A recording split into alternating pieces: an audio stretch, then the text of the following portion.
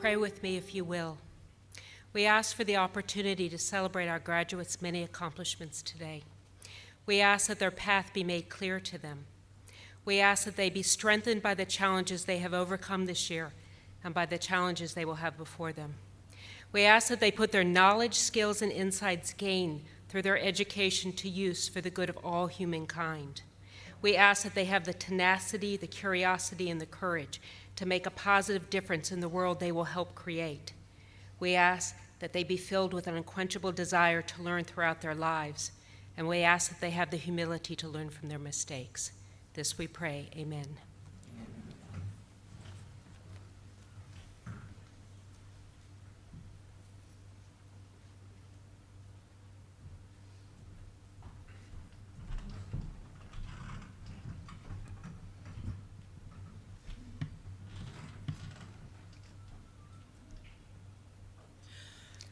Oh, say, can you see by the dawn's early light what so proudly we hailed at the twilight's last gleaming, whose broad stripes and bright stars through the perilous fight o'er the ramparts we watched were so gallantly streaming, and the rocket's red glare, the bombs bursting in air, gave proof through the night that our flag was still there.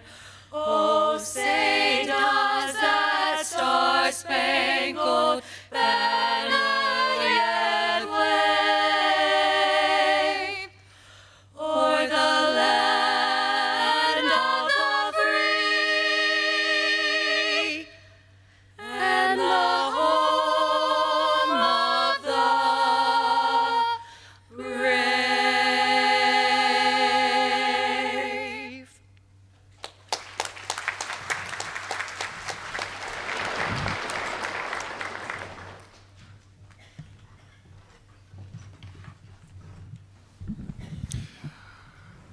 Thank you, singing Commodores, for the wonderful rendition of the national anthem. You may be seated. Thank you very much. On behalf of the college's District Board of Trustees and our distinguished faculty and dedicated staff, it is an honor for me to welcome you to the 63rd commencement exercises for Gulf Coast State College. Graduation is a special occasion each year as we gather to celebrate the accomplishments of our students, our faculty, and our staff. Will the graduating class of Gulf Coast State College please rise and be recognized?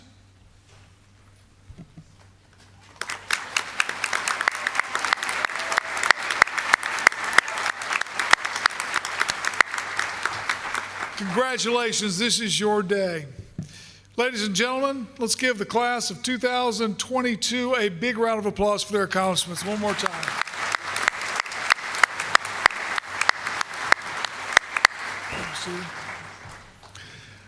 Now it's my honor to welcome Dr. John Holdnack to the podium. He is, of course, our president of Gulf Coast State College as he recognizes our platform guests. Dr. Holdnack.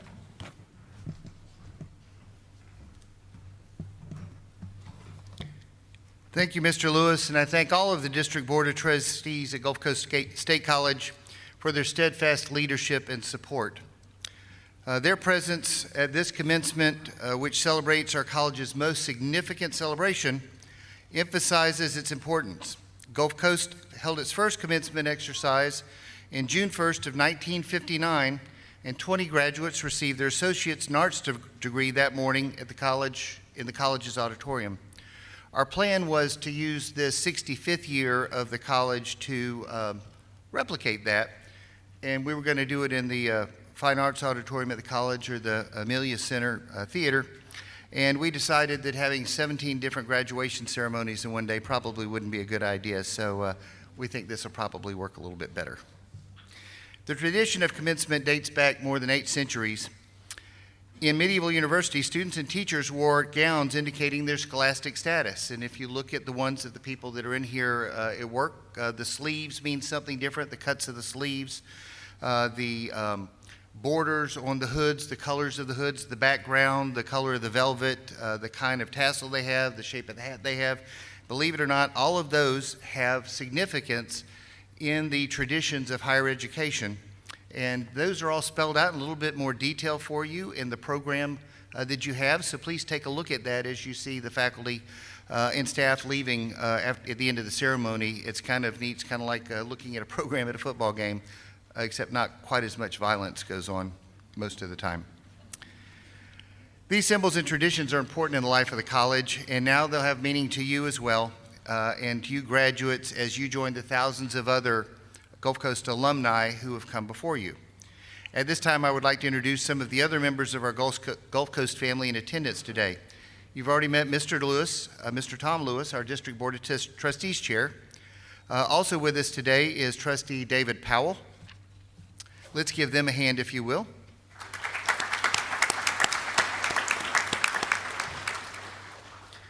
All of our trustees are appreciated, and trustees, thank you again for your guidance and support at making this college a great one.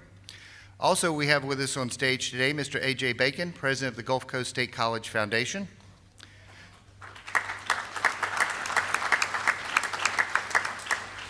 Dr. Holly Keener, Vice President of Academic Affairs. Mr. John Mercer, Vice President of Administration and Finance. Dr. Cheryl Flex Hyman, Vice President of Institutional Effectiveness and Student Affairs. Mr. Glenn McDonald, Vice President of Strategic Initiatives and Economic Development. Mr. Brian Bailiff, Faculty Senate President. And Dr. Sandra Pugh, Associate Professor of Language and Literature of the Language and Literature Division. There we go. Thank you, platform guests, for being here today. I'd also like to recognize a special group of individuals that have joined us today, those who currently serve or who have served in the United States Armed Forces.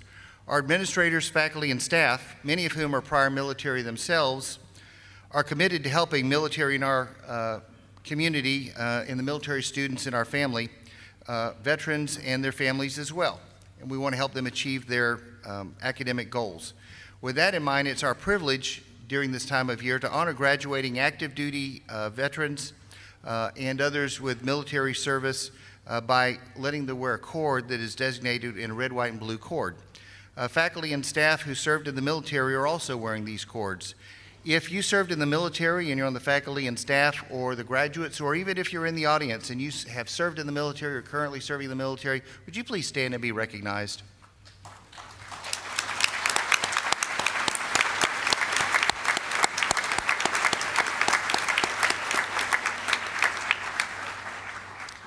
We will never be able to thank you enough for your service to our nation and for defending the freedoms that we all enjoy. It is a debt that we can never repay, but you should also know that we will never forget the sacrifices that you and your families have made. Before we present to you the candidates for graduation, I'd like to acknowledge the faculty and staff here at Gulf Coast State College. They set the standards for academic excellence and are the embodiment of the college's vision and mission of improving lives one person at a time. From standing in front of a class and teaching or helping students enroll and register for classes, for everything you do, we thank you. And I would ask you all to please stand and be recognized.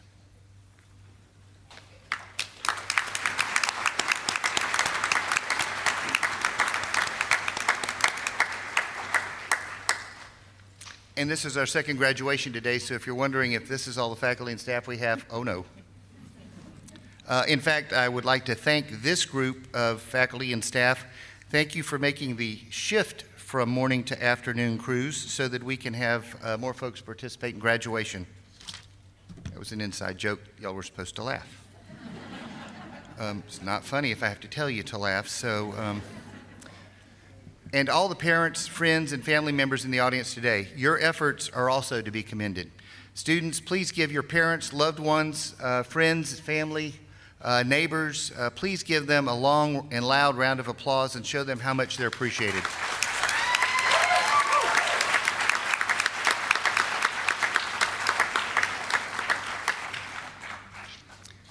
This is my now 35th graduation ceremony at Gulf Coast that I've been to.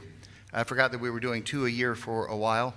And I've taken the president's prerogative to, in lieu of having a graduation speaker this year, share with you a little bit of my observations of things I've heard from about 33 years of graduation speakers. And I'll condense it a little bit so that you don't have to listen through 33 hours of graduation speeches. That probably wouldn't be quite as entertaining. But hopefully I will leave you with a Reader's Digest condensed version of a couple of the concepts that I think all graduation speakers have strived to provide for our students as they get ready to commence the next stage of their lives. I want to talk about the power of words and their impact on others. And I'm going to talk about, words have such power, both positive and negative. And I want to mention a few of the positive things that I've seen during my time and that I've heard people talk about. And I'd like to start with my 5th grade teacher, Mrs. Burns. She was about 7 or 8 feet tall, as I remember. And she drove a really ugly school bus yellow Honda Accord. And she was from Boston. This is my 5th grade teacher, so I can remember all of this. She was from Boston, and she could not pronounce the letter R. A ka was a ka. And so in the 5th grade, you may or may not remember, but you have a lot of vocabulary words. I never learned how to properly say any word that had the letter R in it.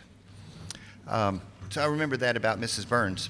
But the very first day of class, she said, the powers of observation are important, and the power of words are important. And so I want to talk about a word today that I think that you all ought to be aware of. And to make it more worthwhile, if you find this word written anywhere in this classroom, and I promise you that it's here, if you find it written anywhere in the classroom, I will guarantee that you will make all A's at the end of the year. And I'm thinking, man, that is my only chance. I got to start looking. And so the word was serendipity. And so I'm in the 5th grade, and I'm going, Sarah who? And she said, serendipity. That's the when something happens that's unintended, unexpected, but is a positive consequence. And so we're like, can you use that in a sentence?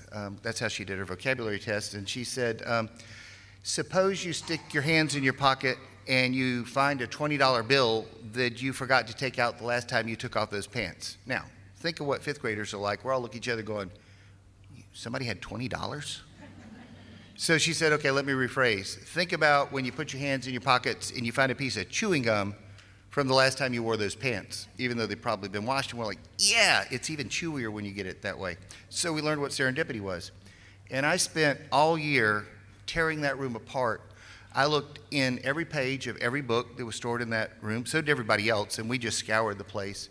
We looked everywhere. And on the last day of class, she may have forgotten, but none of us did. I stood up and said, okay, I give up. Where is the word serendipity? And she said, it's been here in the room every day that you've been here with me. And we're like, we've looked, it's not in the room. So she takes off her wedding ring, and it's engraved on the inside of her wedding ring. I'm like, man. But I remember the word serendipity because of that. And throughout my whole life, every time something that's serendipitous occurs, I think about sitting in that 5th grade class with all of my friends that were in the 5th grade and Mrs. Burns teaching us, beginning to teach us about the ways of the world.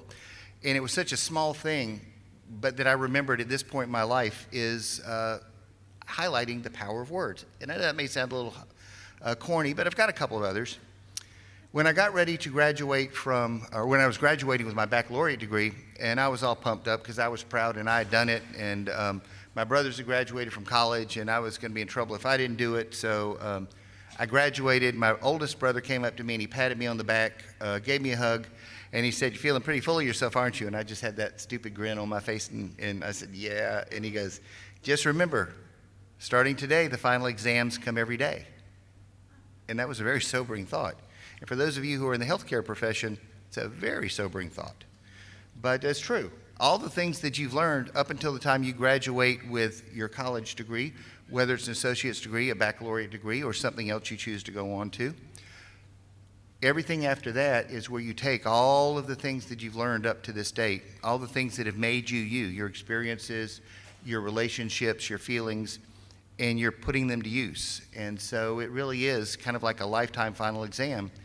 And you really need to consider it that way and approach every day as if this is the day that you have to make a difference. Early in my career at the college, a president called me to his office. His name was Larry Tyree, and he was the third president of the college. Every once in a while, he still sends me a note, and he sends it to number 6 from number 3. Okay. And he called me into his office, and back in that day, if you got called into the president's office as an employee, it was like getting called into the principal's office as a student. I thought I'd screwed up and done something, and he wanted to talk about my future at the college and in general. And I was floored because I'd been sweating all the way to his office about what I'd done wrong and how he had found out. The people that laugh get to leave at the end of graduation. The rest of you, we've got a third one coming up, and you'll have to sit through it again.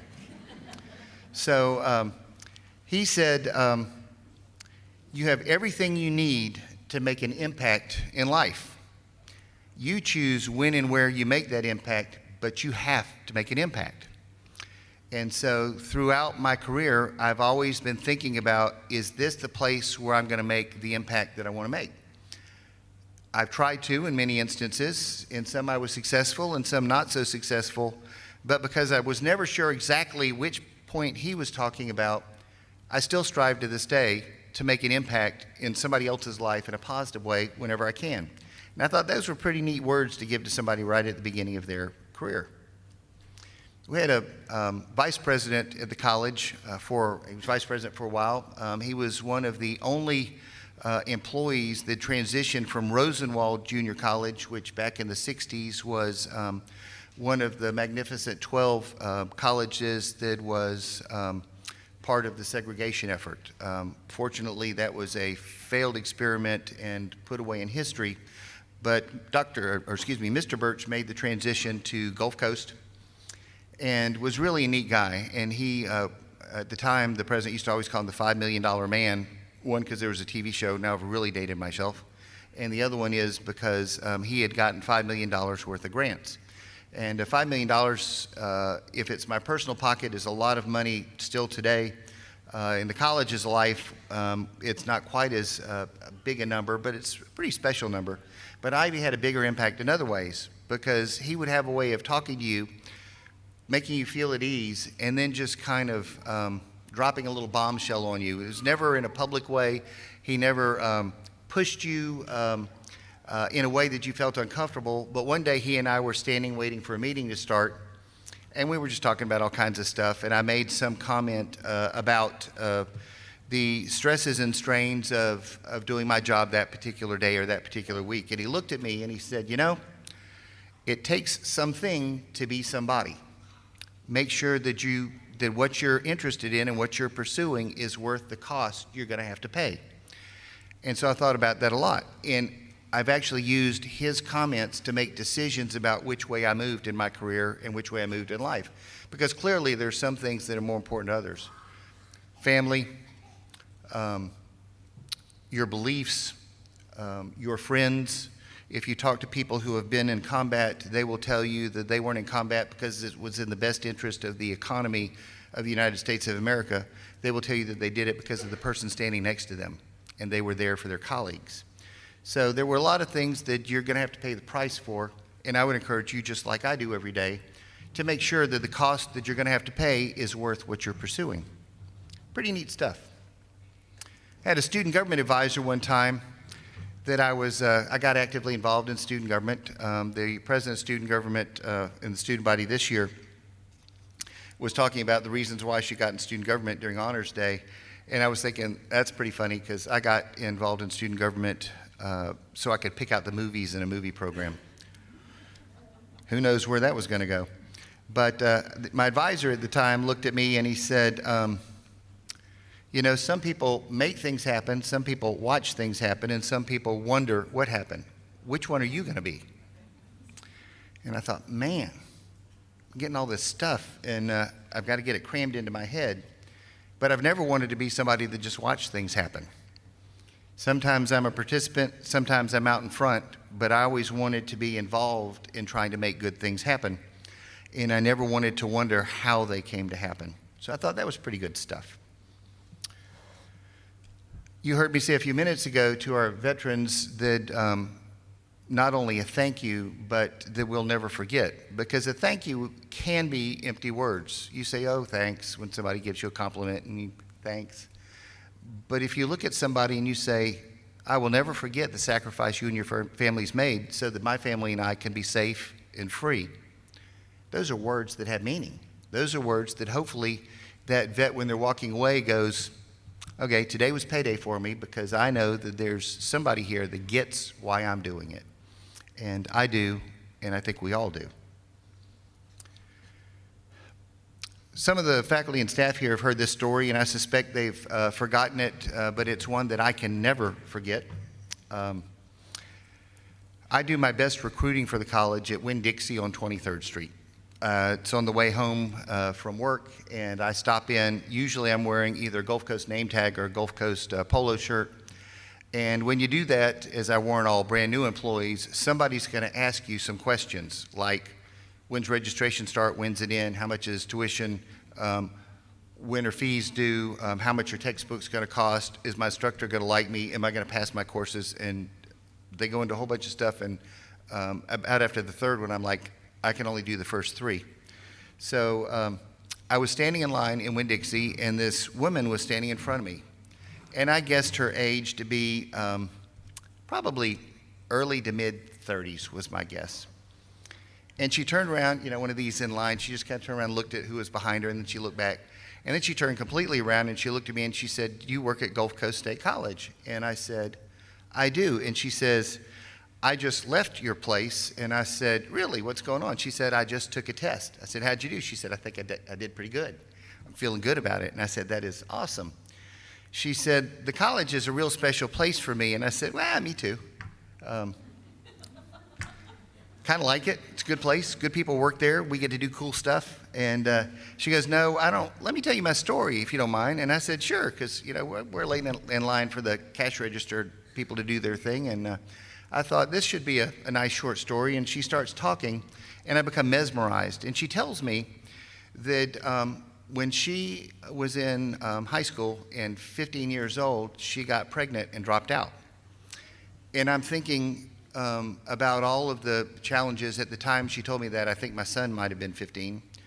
And I was thinking what a crazy life she had in front of her, and she's now in her mid-30s, so maybe it went okay. And she goes on to tell her story, and she says, "Yeah, my boyfriend and I both dropped out, father of our child, and it was tough for us, but we wanted to take care of our baby.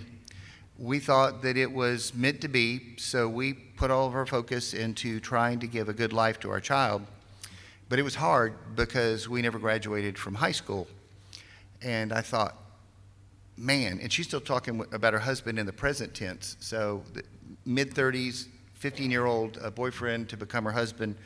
I thought, this woman's led a pretty powerful life, some of it difficult, some of it amazing, all of it noteworthy. So she went on to tell me a little bit more of her story, and she said, "Yeah, we've worked minimum wage jobs our whole lives, because if you don't have a high school education, once you get out of high school aged, people think there's something wrong with you and they won't hire you, and we've only worked minimum wage jobs our whole lives." And I said, "You know, I'm sorry to hear that. Maybe things will improve." And she goes, "Well, hang on, they have." So as our daughter got a little bit older, my husband and I decided that we wanted to show her a better life. So we went and got our GEDs together, and we finished that. And I said, "That's pretty awesome that you did that." And she goes, "Then we decided that wasn't enough. If we wanted our daughter to have the things we could never have given her when we were young, we needed to go to college." And so we decided that my husband would go first, and he would get his degree, and then I would come back and get my degree right after that. And I said, "Well, obviously, your husband graduated, right, because you're here?" And she said, "Yeah." He graduated this 2-year degree. During his final semester, he did a field work or a practicum, work study, whatever you want to call it, at the Navy lab, at the Marine Coastal Systems Station. and worked in one of the labs out there with some professionals in the military and in the Department of Defense and some civilians, civil service folks. And he got a job after graduation. As soon as he finished, they gave him a job with a decent salary in that day and age. She said, "We have never seen this kind of money before." And I said, "You go out and like buy something really crazy?" And she said, "Are you kidding? I got a person in college and I got a daughter that's coming into college. We started saving money immediately.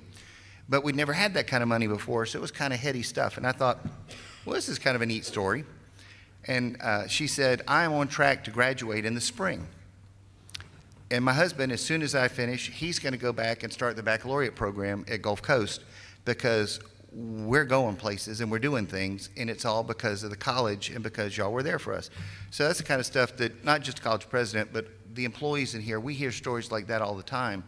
And so I'm just thinking how really amazing it is, and that the college had that impact. So I'm feeling pretty good about the college, and you're wondering where the special words come in. So I looked at her and I said, "Tell you what, when you graduate in May and you walk across that stage, instead of, I'm the guy that'll be up there shaking your hand, I hope, I want you to give me a hug instead of shaking my hand, because I think by next May you and I are both going to deserve that hug."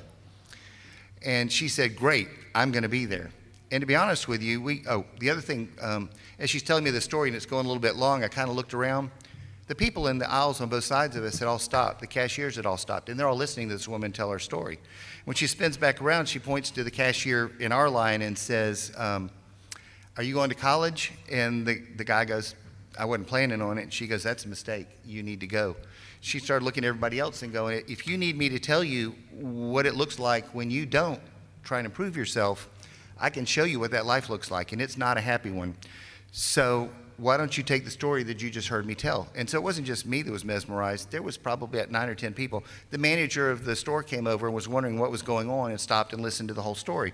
So it's really one of those kind of cool things that happens in your life every once in a while. Might even call it serendipity. So fast forward to the spring semester. We get through the spring semester and we're at graduation, and to be honest with you, I have completely forgotten about this woman. I never caught her name. I told the folks in our marketing department this little story, and they're like, "Man, we got to do a story on her. What's her name?" I'm not sure. But I think she's about this age, and she's got a husband that went here. That covers about 50% of the people live in Bay County, Gulf County, or Franklin counties. So as graduation occurred, this woman comes across the stage and she puts her arms out like this. And remember, I'd forgotten about it. So I'm thinking she really is going to throw me off the stage. And when she gets within about 2 or 3 feet, all of a sudden it dawns on me that I remember this woman and I recognize her. And we both gave each other the biggest bear hug. And it was really one of the coolest experiences I've ever had as a president. And so I'm feeling pretty good that this woman graduated. And when graduation's over, I hang around a little bit and make sure that everything's getting picked up and moved around like it needs to be. And now I'm really dating myself because this all occurred at the Civic Center in downtown Panama City. Remember that building that used to be? And I left through a side door, and for those of you who remember the building, it had some big tall bushes on the sides when you came out a side door. And as I stepped out and headed towards my car, this guy, it felt like he popped out of the bushes. And he goes, "Hey, you." And I froze because I didn't know what he wanted. And he comes up to me and he goes, "You hugged my wife." And I'm thinking, I didn't want to say which wife, which. So I said, "I hugged your wife." And he had said, "Yeah, in graduation." And I went, "I hope that was okay." And he goes, "Are you kidding? It was incredible." And I said, "Yeah, it was a nice hug." But he goes, "No, you don't understand. She came home from Winn-Dixie in the fall, and she told me about that story and that she'd shared our whole story with you." And I said, "Yeah, it's a pretty incredible story." He said, "Let me tell you the rest of it." He said, "She heard you say that you were going to be looking for her at graduation and that you wanted a hug. In the program that she was in, she had a couple of hard classes ahead of her. She studied for some tests and didn't do so well and really thought about dropping out. But every time she got ready to drop out, she would go, 'I can't, because then I won't graduate in May, and the president will miss me. So I'm thinking that I'm about this small right now because I couldn't remember her as well until I saw her getting ready to give me the clinch. And he said every time she hit a difficult stage for the rest of that year, she said, I can't fail because the president's expecting me to be there. And he said, you're what helped her get through. And all I could think was, those are the kind of words that I often say to people. I mean them always, but I'm not always putting them in my memory bank forever, that I'm going to remember that person and chase them down, until this woman told, or this husband told me the story about the impact on her wife. And I've shared that with the faculty and staff several times, because you never know the power of your words. And when you can say something to somebody that may be of little consequence to you, but it could have a huge impact on them. Sometimes negative when you're too quick with a sharp tongue, but more often really positive. And that was another one of those serendipity kind of things that she took some words and were able to use them. And where I thought this was the coolest, just having her hug was the coolest thing that could ever happen to me as a president. The greatest thing that I've ever experienced was when her husband said that her motivation was because she didn't want to let me down. And I thought, let me down? Man, I'm worried about letting her down.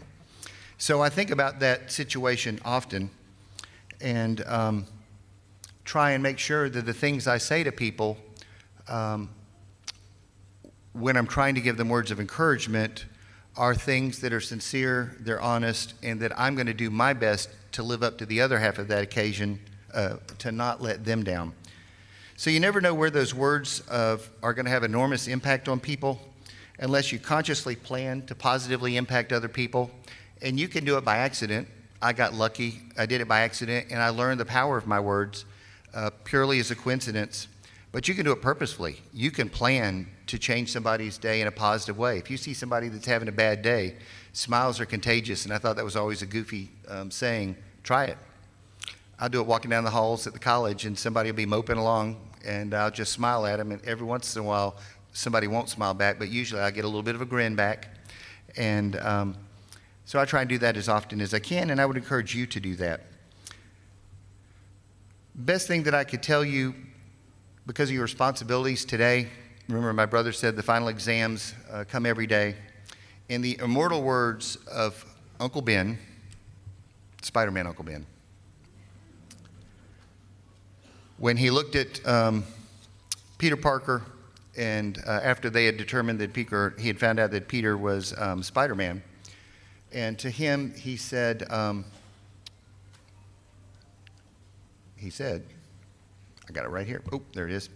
Remember, with great power comes great responsibility. So you're a mentor in somebody's life. If you're a parent, if you're a teacher, if you're an advisor, all of those come with the responsibility of understanding the impact of your words. And so please often choose them carefully and choose them positively. Quote by Eugene Bell I'll give to wrap everything up. Eugene Bell said, you should aspire to inspire before you expire. So your job is to leave here today, and every day that you can, inspire somebody else to greatness, because it's in you to help them be great. You should do that. So let's move on to graduation, shall we?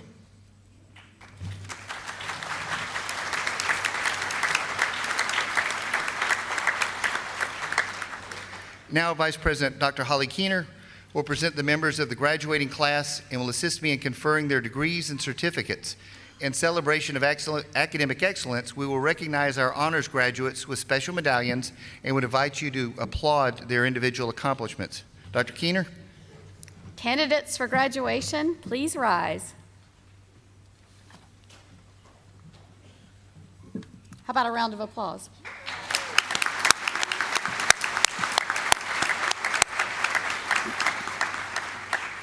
Dr. Holdnack, I present to you the graduating class of 2022. Each student has met all requirements for graduation as established by Gulf Coast State College and is therefore entitled to receive the degree of Bachelor of Science, Bachelor of Applied Science, Associate in Science, and certificate as awarded by this institution. These students have been officially approved for graduation by the faculty and administration of Gulf Coast State College.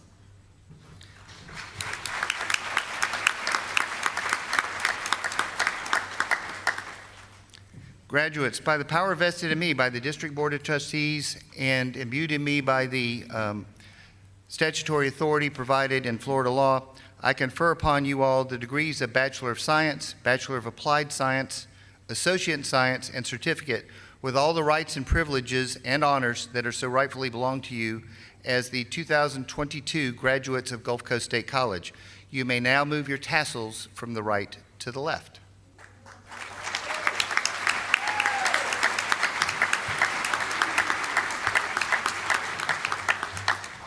Graduates, please be seated. With the first row, please come forward to receive your diplomas. Dr. Sandra Pugh will read the names of the graduates.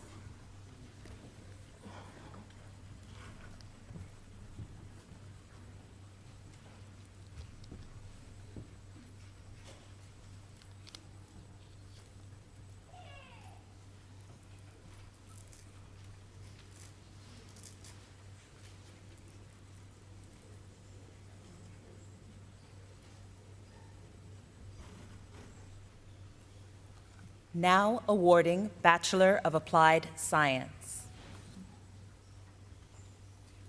Belinda Sue Adams, magna cum laude.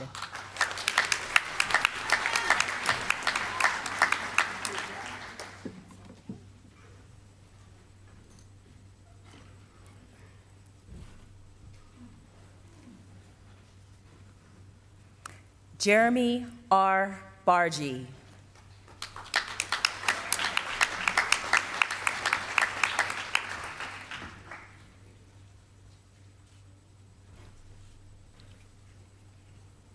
Megan Bazinski.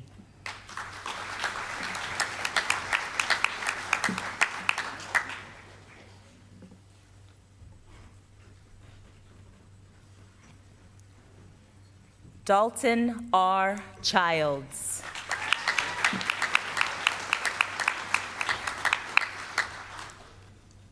Alex Christodoulou, summa cum laude.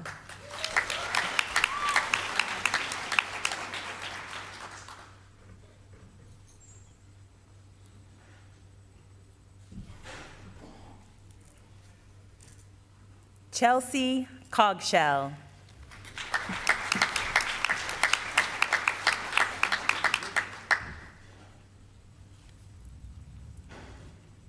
Riley Curry.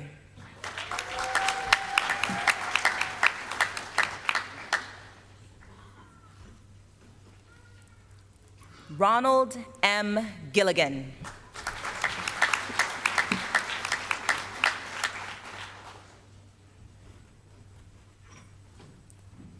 Brandon T. Gonzalez.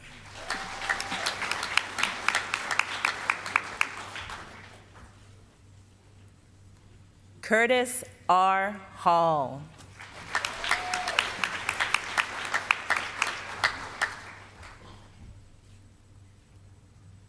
Kyle W. Haynes.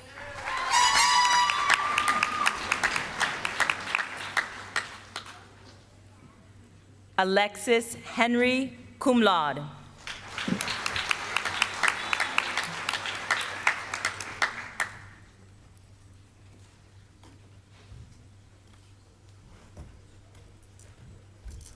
Ryan Malaska, magna cum laude.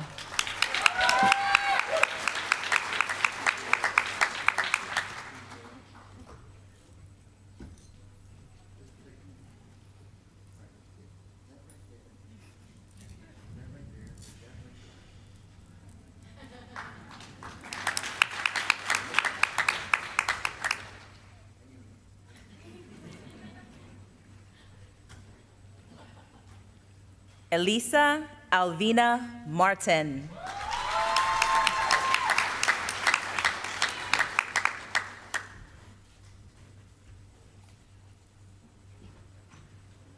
Chris M. Nealons.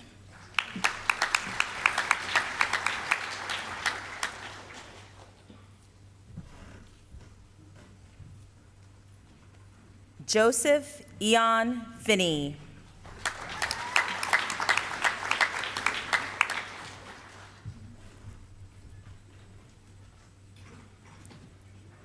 Jada E.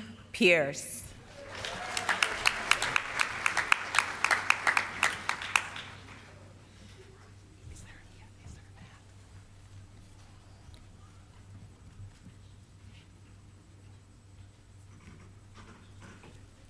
Robin Taylor.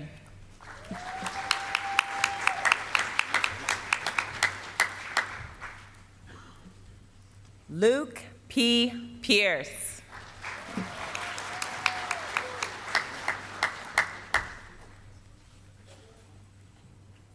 Alexandra L. Polin.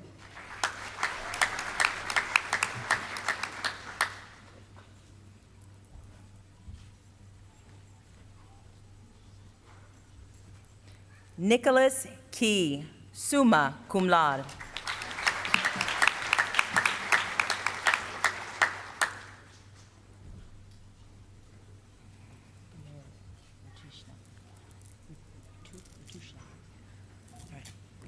Valeria Rutushna.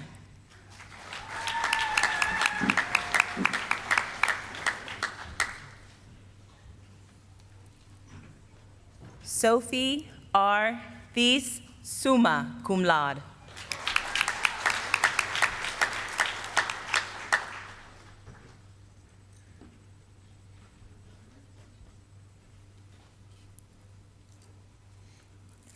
Brittany Lynn Tucker, cum laude.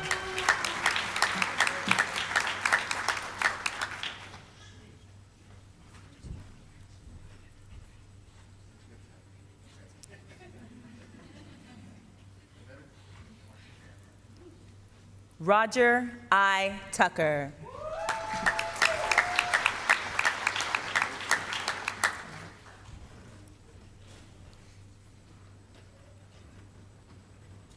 Malakan Alexandria Walker.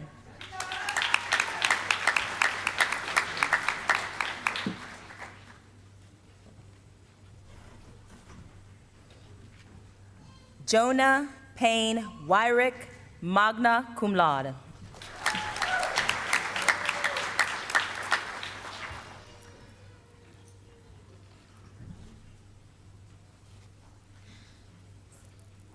Ashley Dawn Young.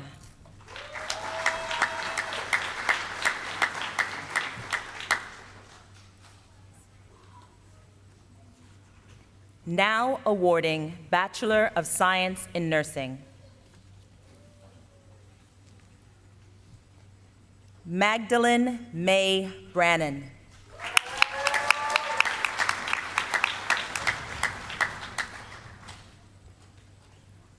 Austin Milbourne.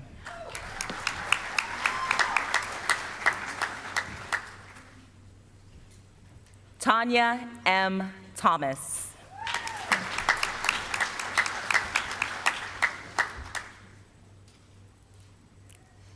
Matthew Truitt.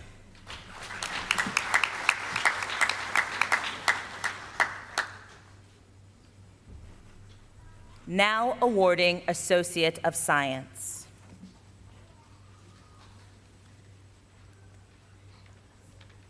Kalima Abdukadrova.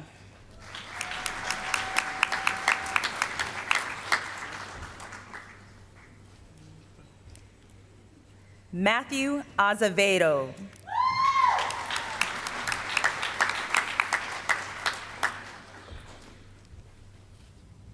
Diana Dora Bacayao.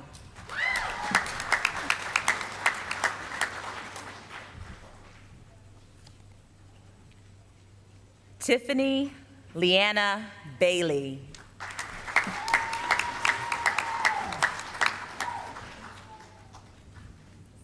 Christian Chase Beckham.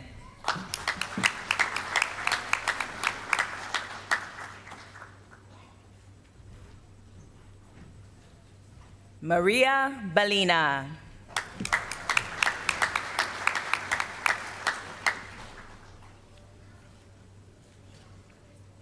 Angel H. Burge, cum laude.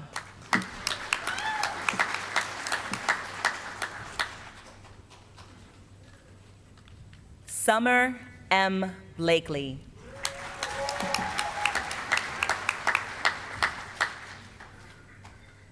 Alyssa Beth Brooks, magna cum laude.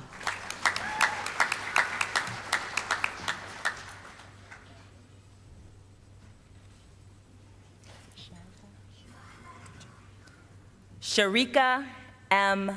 Brown.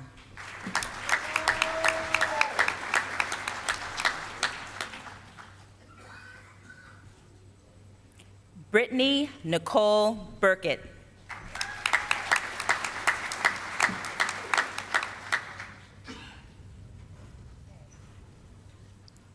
Hannah N. Kraft, magna cum laude.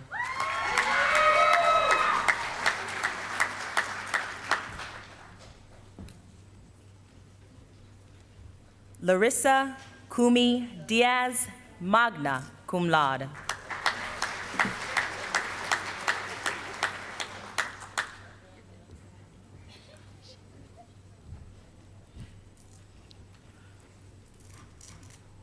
Sharika Davis Lanier.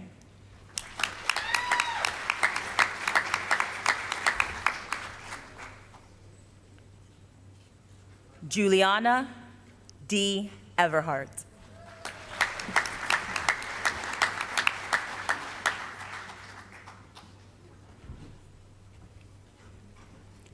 Holly Madison Fields, cum laude.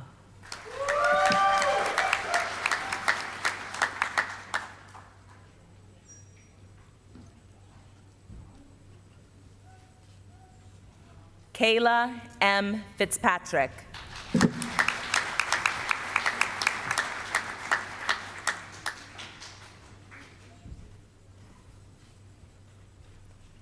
Heather Lynn Forehand.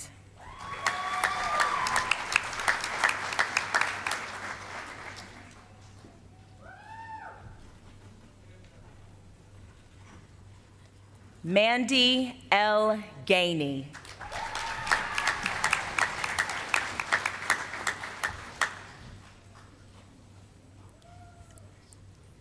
Amanda Christelle Gordon.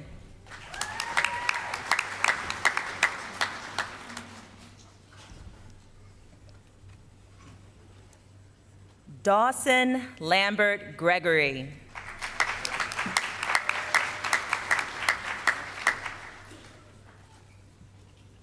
Jessica A. Grigsby.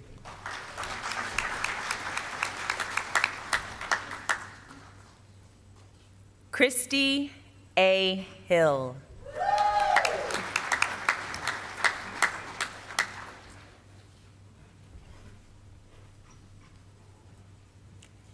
Jeffrey Dawson Hilliard Wood.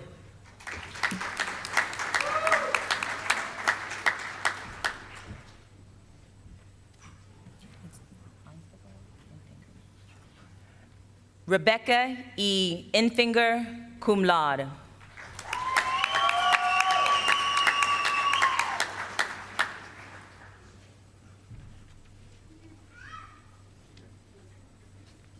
Kendall Leanne Jackson, cum laude.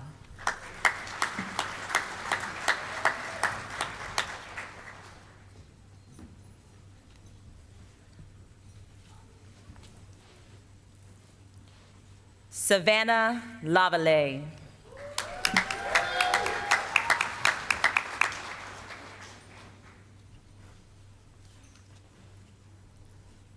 Alexis M. Lewis.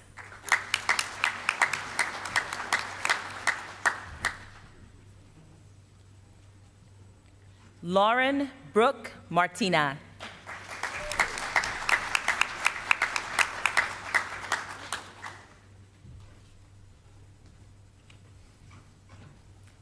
Jeronica Denise Medley.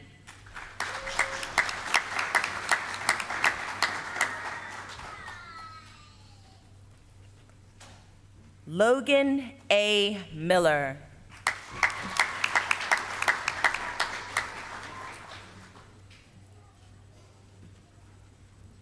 Robert Morgan.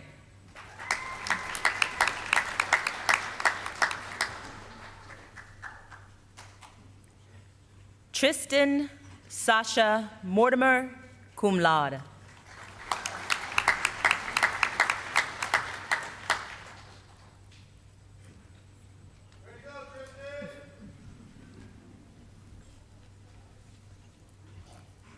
Charlotte Aaron Moss.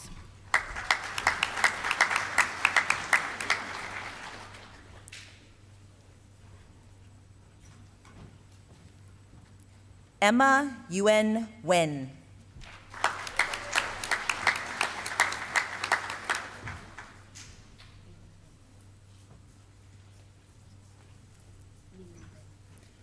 Neelamben Patel, magna cum laude.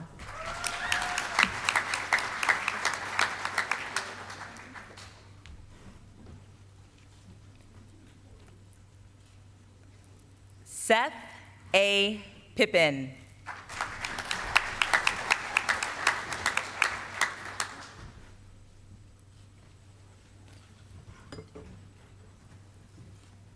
Hillary Pontoni.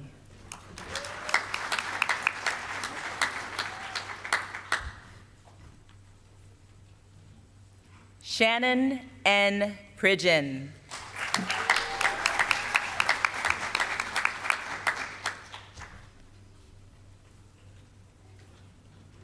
Jacqueline Elizabeth Reese.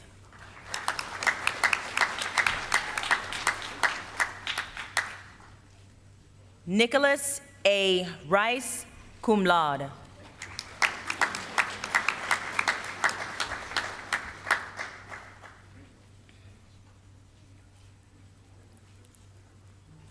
Amanda Marie Rosario, cum laude.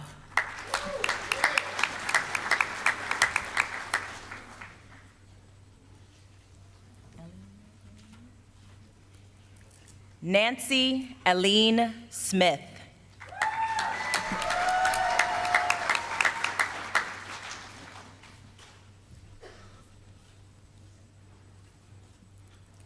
Rebecca Stark.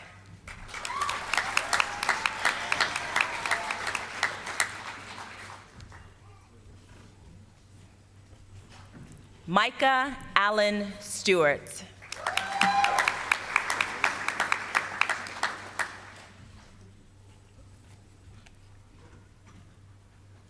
Chantal Stewart, magna cum laude.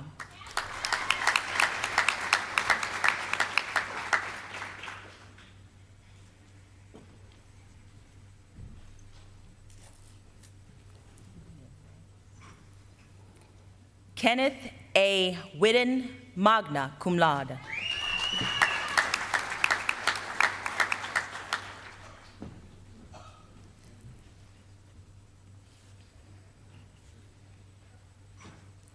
Aya H.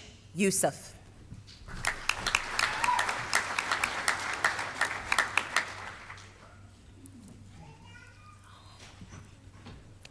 Madeline Yusuf, summa cum laude.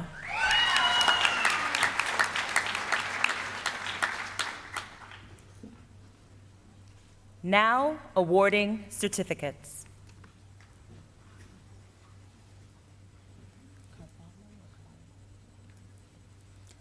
Karen Melissa Carballo Garcia.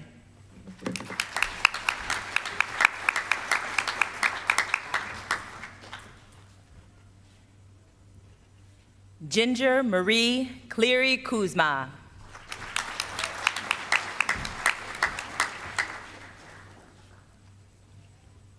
Lisa Clofer.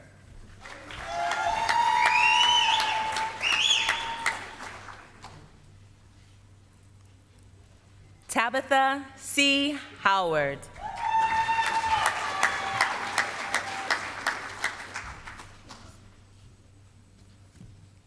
Jasmine Moore.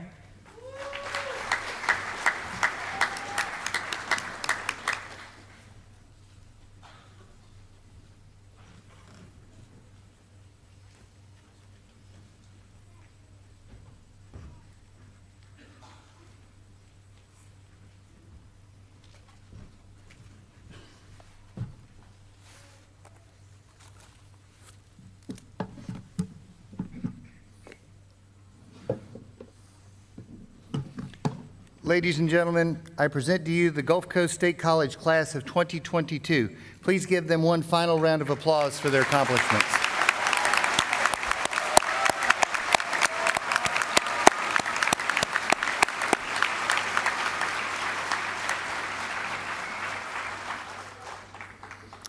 As this ceremony comes to a close, I wanted to acknowledge your collective persistence and determination, as well as the sacrifices you and your families have made, which have led to this moment in time. The last 3 years have been the most challenging period in the history of our college and in the community that surrounds us. We've been making steady progress as we move forward together, and all of you, our newest alumni, are the proof of that progress. You have overcome incredible obstacles to earn the right to walk across this stage. Graduates, use your power and the power of your education and your experiences for good. Share your knowledge and insights to help make our community a better place. Use the power of the word to help inspire other people. Good luck in your future endeavors, and congratulations in your perseverance. Congratulations again.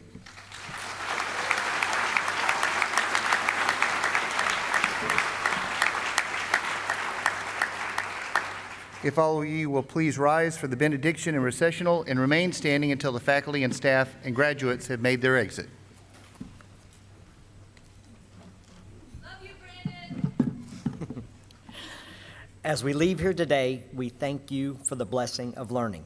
Thank you for the privilege of studying in our chosen areas and gaining new skills. May each graduate today feel proud and enjoy celebrating their success. Lord, we pray that they would be able to use this qualification and knowledge to go out and bless the world. Thank you for every aspect of their time with us, the knowledge gained, the friendships made, and the dreams and visions that they will carry in their hearts. Amen.